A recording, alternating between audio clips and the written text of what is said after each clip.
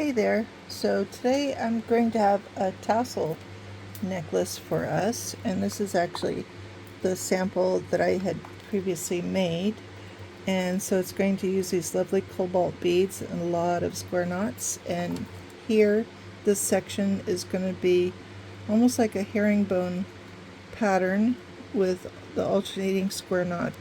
And what I'm actually going to do today is, instead of making a full necklace, I'm actually going to make it as a choker. And to attach it and make the attachment adjustable, I created these little chains here. And I used jump rings for this. I used 8mm and 6mm jump rings. And so it's just easy. 5 of the 8mm and 4 of the 6mm jump rings, and the 6mm are the double ones. I think it came out really cute. So I've got 2 pieces of that. One actually has the lobster claw already attached to it.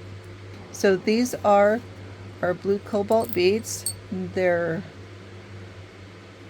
18mm in length, which is 1.8 centimeters, and it is a lovely oval, and they have the hole in them is plenty big enough for lacing our cord through, so we shouldn't have to use any implements to help lace our cord through. And let's go over our cord for a bit. So it's wax linen, and I actually found a new source for wax linen. I really love this. It's the Main Thread Company. The thickness of the wax linen reminds me of that other wax linen cord that I use a lot that I got from my dad's stash. So actually now I do have a source for replacing when my stash runs out. So yay. Alright, so what we have here is I've got 4 pieces of the wax linen that are 5 feet long, and these are going to be our principal tying cords. Then I've got 3 more pieces of wax linen, which are roughly 2 feet long each. And what these are going to be our core cords, so they didn't have to be as long as the tying cords. And then these 2 little 3-inch pieces, their purpose is to make this section of the necklace right here where the tassel hangs off of a bit stronger, because once I finished making this particular tassel, I noticed it's heavy. It has quite a bit of weight to it. That's a lot of glass sitting right there. And I didn't want to get any distortion on the center section of the choker, so I'm going to be beefing it up with these 2 little strands of cording. So I'm just going to set those off to the side for the moment. And I'm going to find the center of our cords so we can get going. So the majority of the knots in this whole piece are square knots. I don't believe I have any other knots beside the square knot in this piece. Okay, so there's my center, and I'm just going to lay these 2 cords up against at their centers and just let them hang out there for just a moment until I get my first 2 5-foot length cords. What I want to do is match these up and find their centers as well, because what we'll be doing is we're going to be starting at the center of the choker and working our way out to the ends. Okay, so I've got my cut ends for my cords, and I'm just tracing back to find their centers, which is right there. Alright, so what I just want to do is I want to match these centers up with what I already have, and to help me keep track of things a little bit, tie my cords together just so they stay still for the moment, so I don't lose track of where they're at. So this is just a scrap piece of cord. I'm going to tie it around one end of the short pieces, and what that's going to do is just going to keep all my cords together so I can get things started here. So I've got my center cords that I'll be tying onto, and my additional additional cord for strengthening up our piece. So what I'm going to do is I'm going to start with 7 square knots, and then I'll start building the rest of the necklace. So this is the center of our choker, and that these 7 square knots are what the tassel will be hanging from.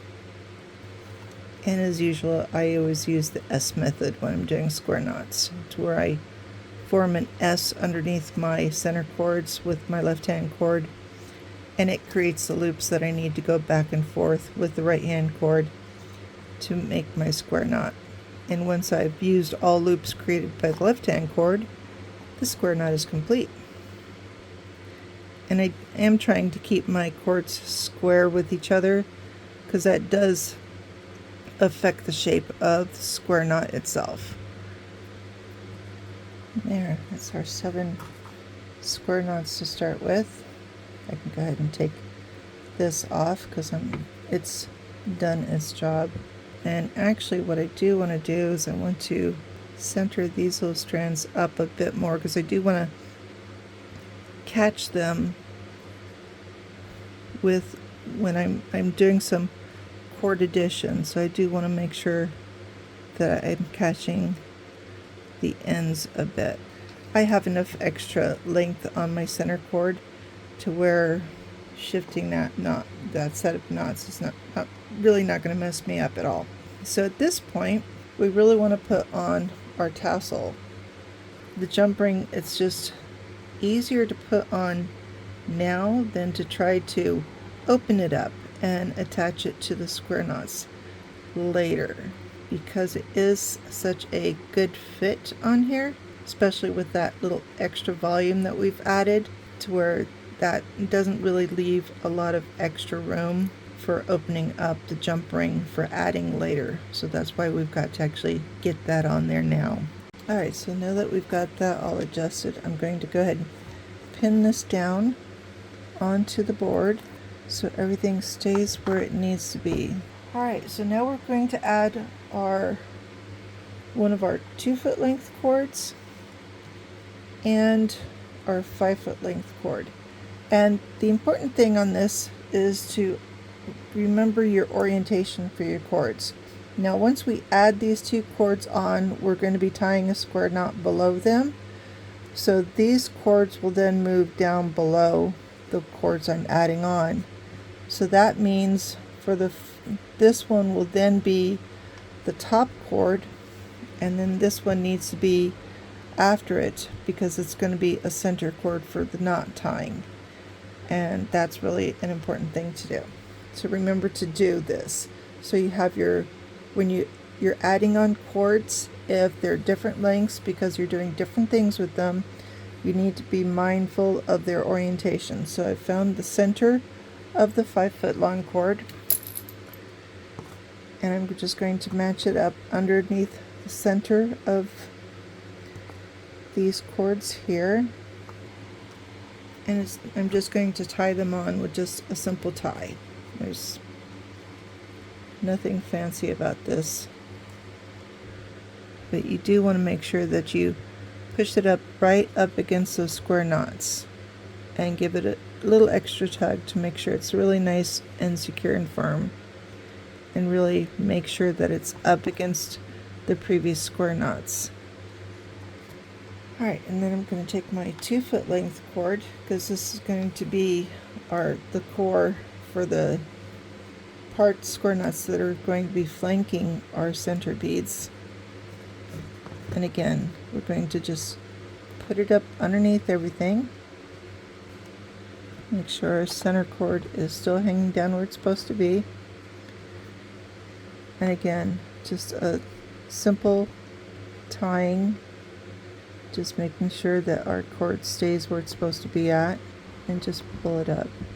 It's okay to have it a little loose to start with, so you can position it. Once you get it in its final position, give it a little extra tug to tighten it up a bit more.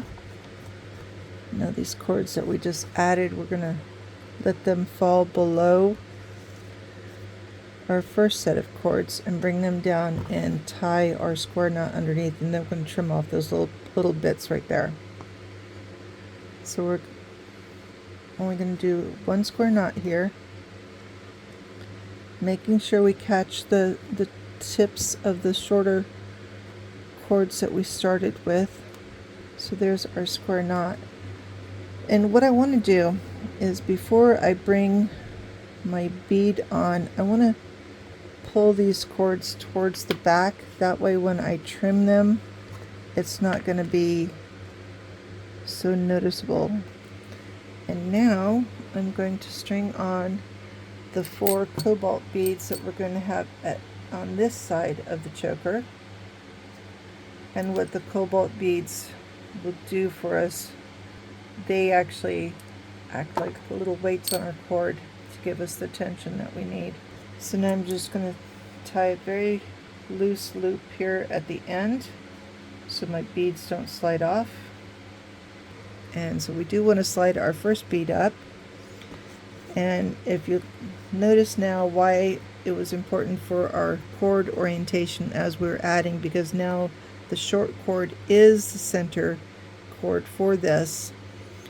And the first thing we want to do is for the square knots, so we're going to do a set of 9 square knots flanking both sides of the bead, and we're going to bring them back, all the cords back down for a square knot below the bead.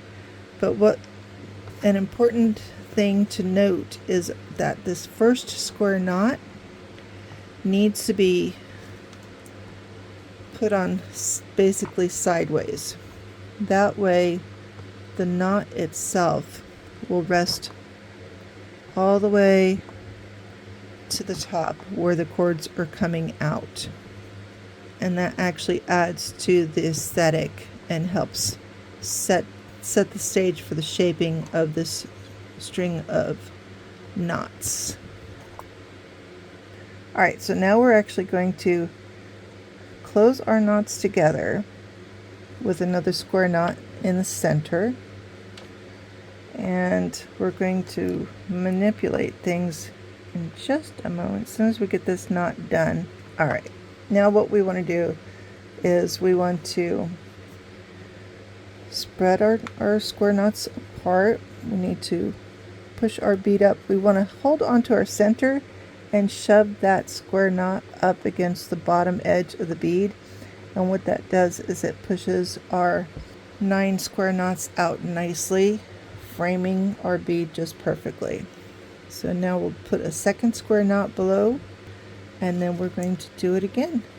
We're going to do 2 more strands of the 9 square knots, because we're going to bring up our bead number 2, and that's how this side is going to continue. So I'm going to do the rest of this off camera, and then we've got the herringbone style knots going on after this. So I'll be back to do that, and then after we do the herringbone section, we'll be attaching our little chain.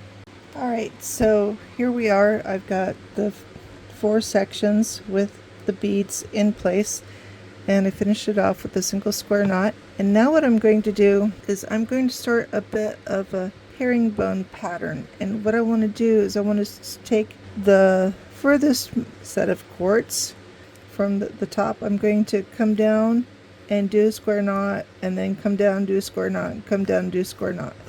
And I'm just going to repeat that. Distance that I want to go for this section right here with the square knots is roughly about 3 inches in length. So we'll see how many square knots that will actually get us. So the pattern starts becoming obvious after the first couple of sets of the square knots.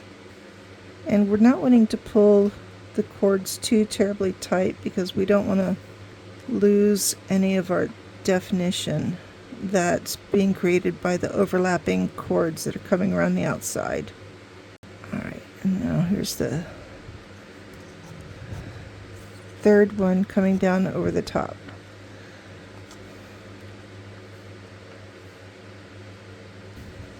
So once we get the first set of 3 done, then we start again.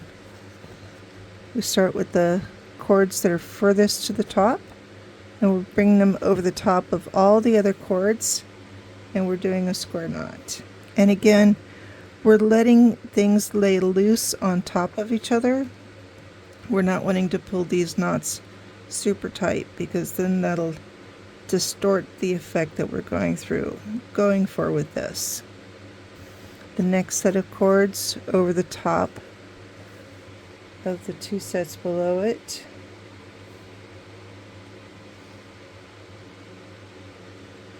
And at this point, our cords are starting to get a bit on the short side, which is why we're not going terribly far with this.